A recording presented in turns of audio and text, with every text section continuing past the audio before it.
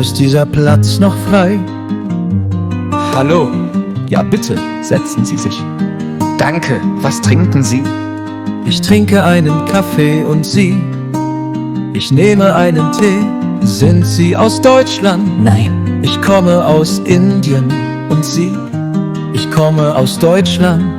Ah, schön. Wohnen Sie hier? Ja. Ich wohne in Berlin. Und Sie? Ich bin nur zu Besuch. Willkommen in Deutschland. Danke. Ein Geschenk suchen. Hallo, kannst du mir helfen? Ich suche ein Geschenk.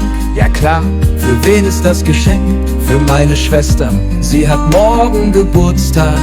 Oh, schön. Was mag sie? Sie mag Bücher und Schokolade. Dann kauf doch ein Buch und eine Tafel Schokolade. Gute Idee. Welches Buch soll ich nehmen? Vielleicht ein Roman oder ein Kochbuch?